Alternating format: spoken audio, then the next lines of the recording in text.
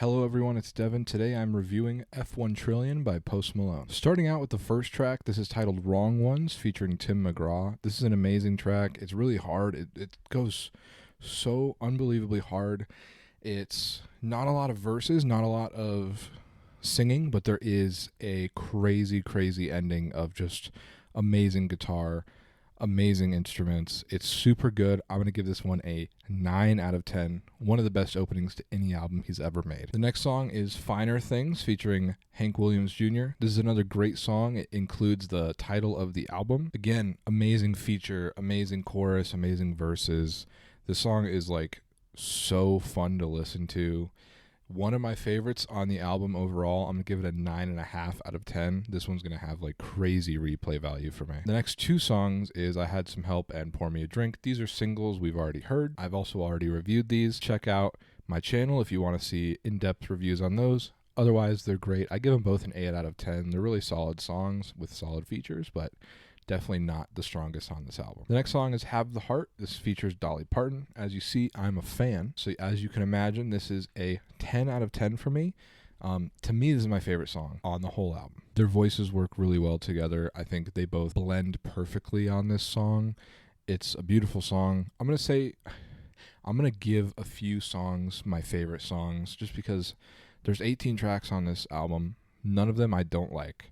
I like all of them. And it's going to be really hard to pick a favorite. So I think everything I call a favorite, I have like a top 3. It's really hard to pick like a favorite, but this is definitely in the top 3 for me. The next song, What Don't Belong to Me, is also in my top 3, one of my favorites, a solo track, and it is perfect. The chorus, the verses, everything. The meaning behind the song is perfect. Everything about this is amazing. I'm going to give it a 9.5 out of 10. It's not a 10 for me like the Dolly song was, but it is one of my favorites on the whole album. The next song, Goes Without Saying, featuring Brad Paisley, is good. However, it's not a super memorable, strong song for me. I'm going to give it a 7 out of 10. Definitely one of the weakest on the album. Still great, but one of the weakest on the album, I would think, overall.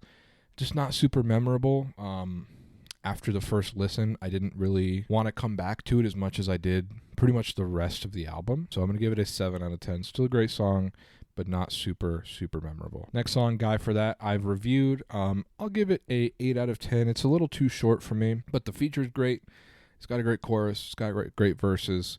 I really like it. It is just a little too short for me, so I'll give it an 8 out of 10. Track 9, Nosedive, featuring Lainey Wilson, is a great song. It's a very beautiful song. Lainey Wilson does amazing on this song. The meaning of the song, everything, the chorus is just beautiful. I wouldn't say it's one of my top 3 favorites, but it's definitely in my top 5. I'm going to give this song a 8.5 out of 10. Super, super good song. Amazing. I love it. Next song, Losers, featuring Jelly Roll, is another top 5 for me.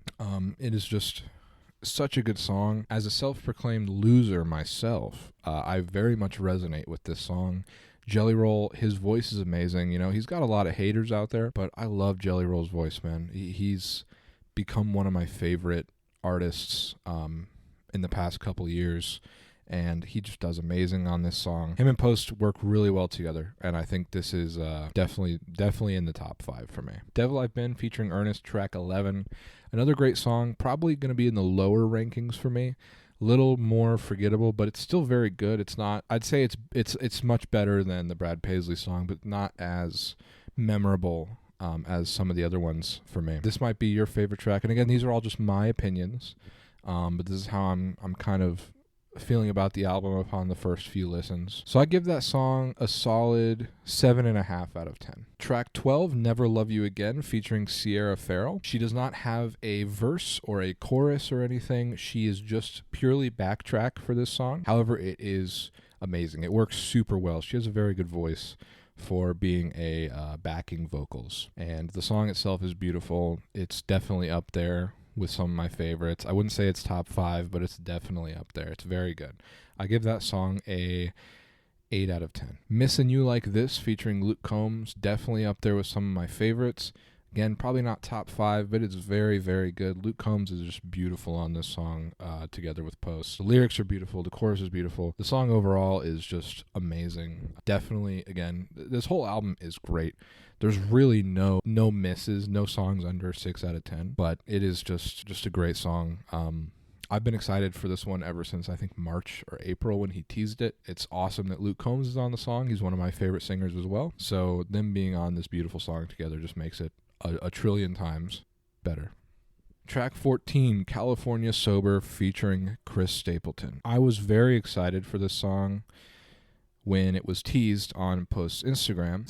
The teaser sounds so good, and I was hoping that there was going to be some better verses in it, and as good of a song as it is, it just falls a little flat for me. It just feels very repetitive. I didn't get what I wanted from it. I know that doesn't mean anything necessarily.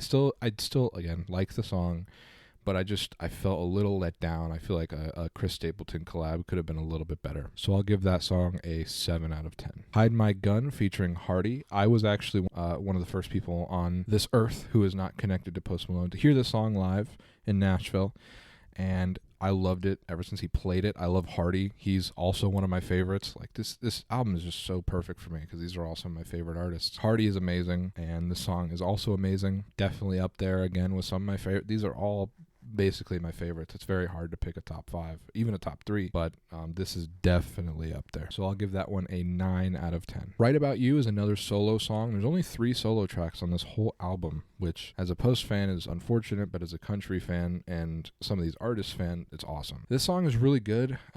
It's a little bit more forgettable than What Don't Belong to Me, but it's still a very good song. I'd give it an 8.5 out of 10. Again, all of these tracks are just amazing. Track 17, Mexico, featuring Billy Strings. This is not a sung collab with Billy Strings. Obviously, it's just guitar. But that dude fucking kills on the guitar, man. He is insane on the strings.